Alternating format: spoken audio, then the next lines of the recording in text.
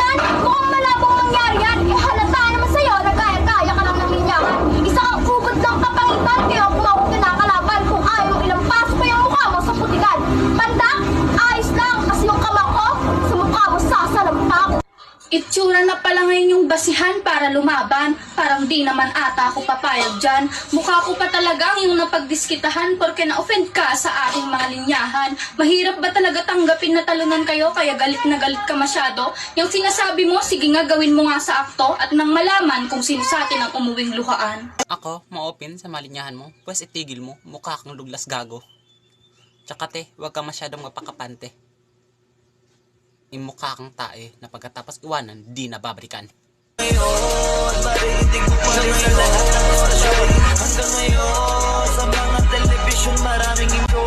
magbait-baitan sa'yo dahil kaya kong agawin yung jowa mo nang hindi ako pakitang tao. Bakit ako magbabait-baitan sa katulad mo? Ay kaya naman kitang ilang paso. Alam mo kung bakit ayaw niya sa'yo?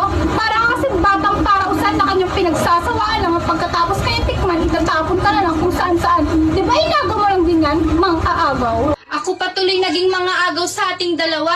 Baka nakalimot ka na ako yung una at bago ka lang niya. Paano ko aagawin kung ako yung unang napili niyang mahalin? Napakalayo ng pinaglalaban mo kasing layo ng utak at talampakan mo. Hindi ko sinasabing napakakitid, pero parang ganun na nga kapatid.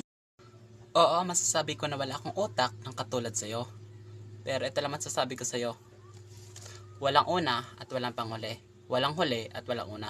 Kasi ikaw yung tinira. Patalikod pa, gago ka. Kataka sa tuwing naglalakad ang duda, pinabaraming ka sa iba. Tusan talaga kita, kaya itiko mo yung bunganga mo kung ayaw mo palunukin kita ng bato. Huwag kang mangialam sa tawag ko sa kanila kung ayaw mo sampalin ko yung mukha mo.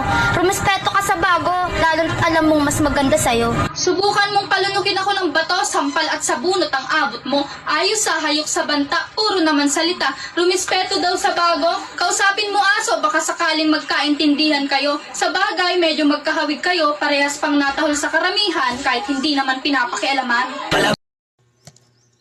Teka lang, yan lang pa kaya mo? Sampal at sambunot? Ako naman kaya kitang ilagay sa kabaong kung gusto mo. Pero parang hindi na ata tinatanong yan. Kaya ngayon, simulan na ang palabas at ang patalastasan. At teka, anong sinabi mo? Mukha akong aso? Di mo ba alam? Ikaw yung mukhang aso sa ating dalawa. Di ko ba alam sa barangay nyo kung ba't magpapatira pa sila ng asong katulad mo? Tahol ng tahol, imukha naman tubol. Kuda ng kuda, imukha naman gansa. Ikaw unang nakilala at minahal. Pero kanino ba siya nagtagal? Di ba sa akin lang? Ay huwag mo akong pinupuno. Baka pag ako nagsalita, pati buhay mo mawala ng parang bula. Magsalita ka lang, wala kaming pakialam. Sa mga linyahan mong pangkalye, pagtatawanan ka lang namin, te. Idi pagtawanan nyo. Wala naman akong pakialam sa inyo. Imukha naman kayong mga baliw. Sa kanto, tang ina nyo. At hindi ko inagaw yung ex mo. Kasalanan ko bang sa akin siya nagkagusto at ayaw niya sa bigit na katulad mo? Pasensya ka na para sabihin ko sa'yo, hindi niya naman talaga deserve yung low class na kagaya mo. Di ka na natapos sa dugyot na linya mo, gumawa ka naman ng bago, yung talagang matatakot ako. Magsampalan na lang tayo nakuha sa entablado at nang malaman natin yung totoo kung sino yung low class na pinagsasabi mo. Ribatan kasi to, hindi para sa mga nagmamalinis na tao. Alam ko namang ribatan to, kaya andito ako para pakilala sa'yo. Ako na naman ang bangungot mo, hindi pagbibigyan kita, pero ito masasabi ko sa'yo, hindi kita uurungan at hindi ka mananalo sa akin, gago ka. At gusto mo, sampalan, sambunutan, sige, pagbibigyan kita, parang ibalibag kita sa entabladong pinasasabi mo. Kahit babae ka, di kita uurungan at hindi ka mananalo sa putang ina mo, gago ka. Talunan, paano mo nasabi na kaya ko nga kayong pabagsakin gamit lang manulupit tuloy niyan? Mga mayayabang, sure naman tayo sa ribato na to, pupurutin lang kayo sa kangkungan. Lalaki ng usapan, ba't napunta sa payabangan? Palibasa ba, hindi ka kaya kumakahul kang hinayupak pa?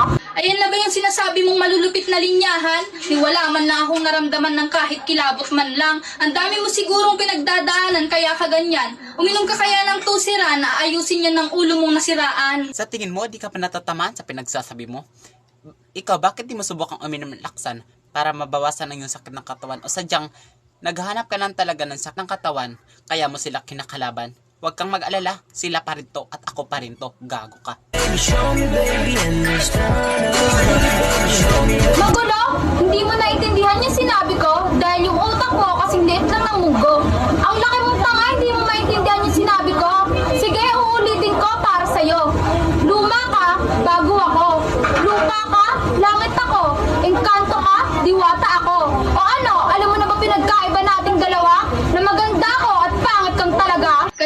daw ng munggo tong utak ko. Malaki nga yang iyo, wala namang laman gaya ng lobo. At ang sarap pa iputok sa mukha mo. Para din sabihin ko sa'yo na oo, luma ako at bago ka. Taga-salunga lang ng tira-tira. Lupa ko at langit ka. Kaya ka nakatayo kasi meron ako. Engkanto ako at diwata ka. Walang thrill sa kwento mo pag walang kontrabida. Ngayon, malinaw na ba sa'yo na itong utak munggo kayang tapatan yung utak lobong katulad mo? Oo, masasabi kong may utak ka talaga. Pero kung pagandahan at rampahan na naman pala ang labanan, wala kang laban. At tiyak ko, pag nagkita tayo, magtatago ka lang ulit sa panty ng nanay mo. Parang neneng di ang kanyang katawan.